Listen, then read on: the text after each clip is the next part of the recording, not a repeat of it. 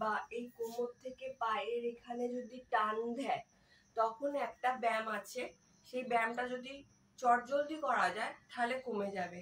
আপনারা দেখুন, এই ব্যায়ামটা আপনাদের দেখাচ্ছি।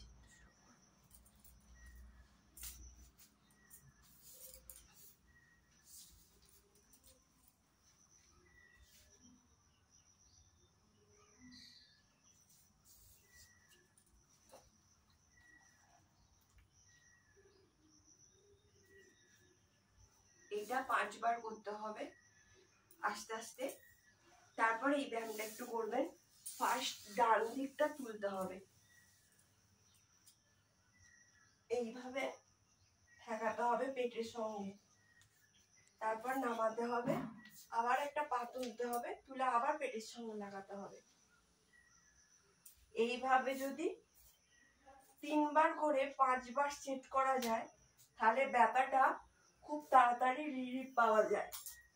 আর একটা ব্যায়াম আছে, সেটা আপনাদের পরে দেখাবো।